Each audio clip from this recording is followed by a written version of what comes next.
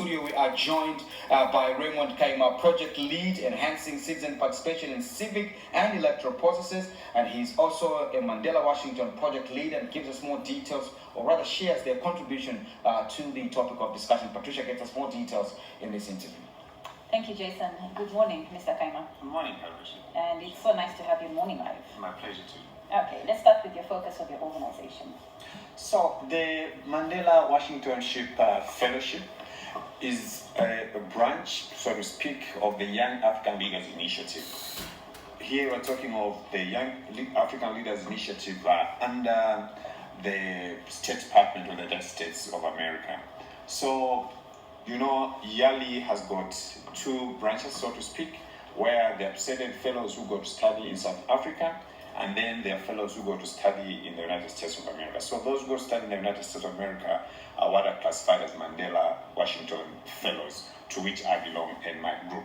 So the 2019 fellows who went to study in America, when they came back, they wrote up a project, or we got together, put up a project which we are calling Enhancing Citizenship Participation in the Civic and Electoral Process. So broadly speaking, this is a program under these 2019 fellows, which is now looking at how we can enhance citizens to take part in the civic and electoral process. Okay, let's talk about the role of citizens in the electoral process. Broadly speaking, citizens, I would say, got two roles. Firstly, they have to take part by exercising their right to franchise, that's by voting.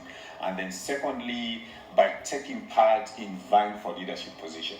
Because when you look in the constitutions, we've got civic duties, or got duties that we as citizens are expected to do. And this is one of them, is that we need to take part in choosing our leaders. But it's not just ending at choosing your leader. You also have to take part in vying for office. Therefore, in this project, we are encouraging people, for those who feel that they need to vie for certain positions in the governance of this nation, it may be a councillor, presidential MP, mayor, executive mayor, or district chairperson, or not only in those political regards, but they could also other governance structures that they can take part in PTA groups and all of those. We encourage them that they need to take part and vie for that. That's part of civic responsibilities that we have as citizens. Okay, are young people interested in electoral process though? Yes and no. Yes, because I've taken time to engage with young people under this project, where we've seen a lot of enthusiasm from the young people. Mostly, we are talking of first-time people who have never voted, who have attained the age of 18, or who yet attain the age of 18 by 9th of May next year, who are spending a lot of time on the queues to register to vote. They are excited. It's their first time to vote. They're taking part. I would say they are interested. On the second part, I say no, they're not interested, because out there, the perception, or what we have seen, is that youths are actually the tools of violence. These are the people who are used on the political scene to unleash violence against party A, against that person, against that other person. So it kind of brings about a mix which puts out a bad picture for the youths, because on the one hand, what is prominent is the aspect where the youths are used in violence. But on the other hand, we have millions, if I should say, of youths who are willing to take part, because we know that the population of Zambia is young. So we find that much of the actual voters actually are going to be youths, or they were youths. I mean, if you look at the 2016 voter register, which we had, you had a majority of youths than adults. But it's more interesting to understand that as we go into the 2021 elections next year, youths are taking a role. Look, this project that we're talking about is an initiative of the youths. I'm a youth myself. So were the other fellows, or the other fellows who are on the project. We are leading to take part in this. So yes, we are interested in the leadership of this nation. We are interested in the youth taking part into the electoral process. So yes, we are. Before we get to finding out how you are helping the youths, just get interested, or be interested in issues to do with voting. Yes. Obviously, you've seen the queues, some of the challenges in terms of registering as a voter. Yeah. Don't you think this is discouraging not only youths, just a whole lot of people out there to just be part of this process? It is indeed discouraging because we are coming from a background where the Electoral Commission of Zambia announced that they were going to scrap, if I may use that word, scrap off the old register and introduce a new register. I think as civil society organizations, a lot of questions have remained unanswered. And I'm glad that you said there will be a representative from the ECZ who should come out in the program and clearly explain why that has been done. I know that we've explained before, but I would say that the explanations obviously have not been clearly understood by the majority out there. So it is important that they keep on explaining and re-explaining until that is understood. So yes, that was a discouragement. I've taken a drive one or twice. I think the other day and yesterday I drove through Kafue District City Council and saw a long queue as late as 22 hours where people were queuing out there. This is the rain season, there are mosquitoes. It encourages you to understand that people are still willing to brave the cold, the night, the mosquitoes, and every other disadvantage that the people are facing. But also disheartens you to understand that this is an already registered voter who was on the roll, but due to some reasoning out there, scrap them off and then make them to go through this. Now, the people in urban areas are able to do that, queue up that long. We are talking about people in the rural areas. People who, we are talking about the farmer in Kapirimposhi, who would have to choose between going to the farm and plant so that they have food which they're going to eat next year, or spend the whole day. By the way, it's not that you walk in and you come back within minutes. It takes longer. The reasoning that the Electoral Commission of Zambia was giving that they're able to have 5 million people voting one day, come on, logic beats it. When you're going to vote, you get a ballot, you tick, you dump it there. But when you are going to register, you have to do biometrics, you have to capture your image, all which don't happen in a vote. So that reasoning is neither here nor there.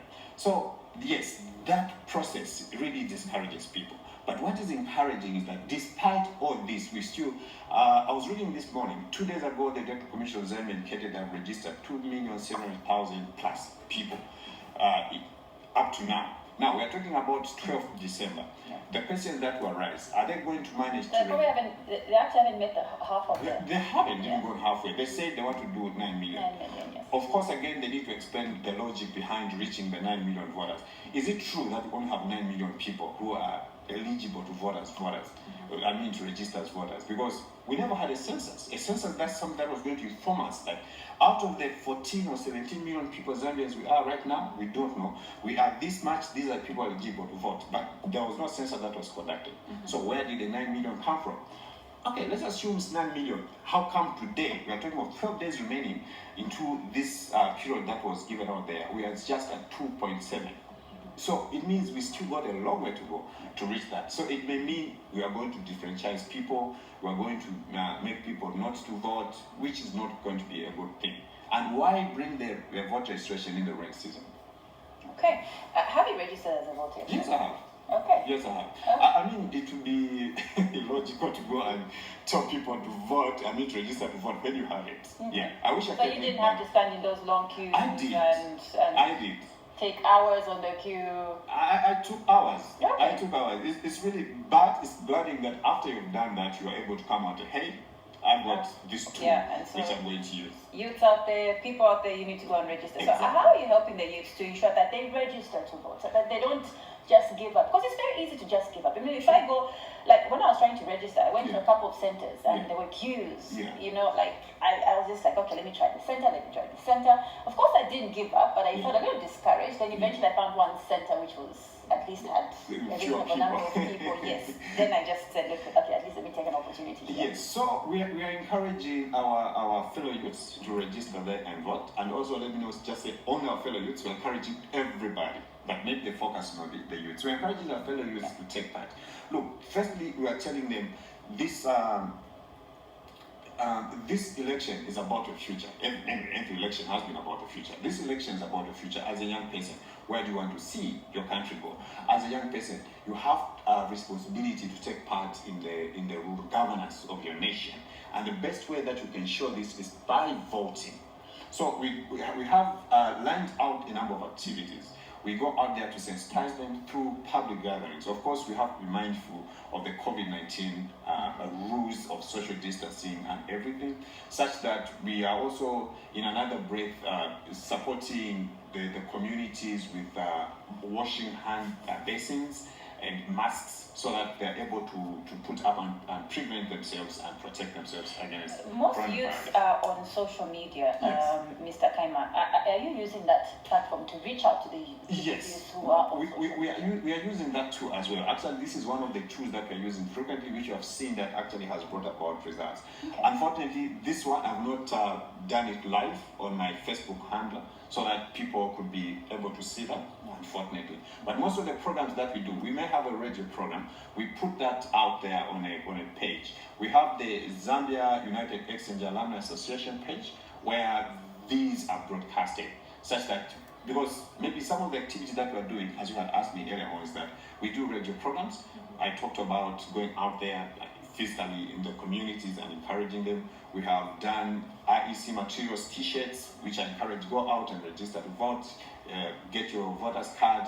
We have posters which are sticking out in public places, which we are showing different localities. It is interesting. 2 weeks ago, I was on the radio in Mumbai. A caller called and said, I don't know where to go to register.